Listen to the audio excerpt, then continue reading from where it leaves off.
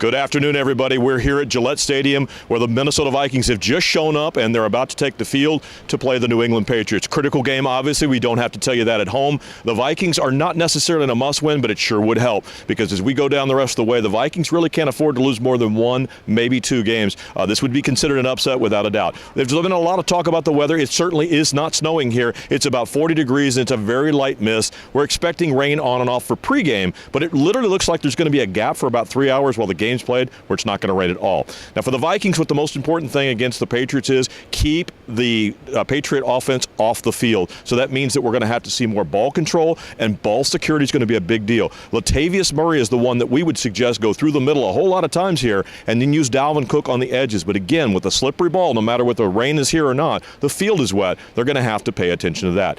Beyond that, on defense, what the Vikings are going to have to pay attention to is the pass rush on Tom Brady. He's not necessarily lighting it up this year. He's got a 96.6 quarterback rating, which is good, but in the NFL today, if you're not over 100, it's really not your best year. He's had 19 touchdowns and 7 interceptions, but most of his passes have been short. They've got Sony Michel in the backfield, a strong running back. He's not going to break it necessarily for long gains, but he'll get you 4.5, 5 yards a chunk. So especially the nose tackle, the defensive tackle of Sheldon Richardson, Tom Johnson, and certainly Linval Joseph are going to have to be strong to keep Tom Brady in third and long situations. And don't forget to look out for our old friend Cordero Patterson, potentially at a wide receiver spot, but I think where he's going to try to make his hay today is at the running back spot. They've been running him about 8, 9, 10 times a game, and we all know from his time in Minnesota he can be effective there. So again, we're about 2 hours from kickoff. It is the Minnesota Vikings at the New England Patriots here at Gillette Stadium.